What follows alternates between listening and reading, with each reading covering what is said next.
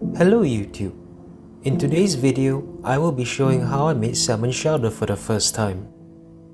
The reason why I decided to make salmon chowder is because I recently had that at the restaurant which, quite honestly, was very underwhelming. Not only that, it was also quite pricey for only a modest serving. So I was determined to make it myself and see if I can make it cheaper and of better quality. For the rest of the video, I will be showing what ingredients were used, how they were prepared, and how the chowder was cooked. And at the end, I will do some analysis to compare the quality and price of the chowder I made compared to the restaurants. That's all for now. Thanks for listening and I hope you enjoyed the rest of the video.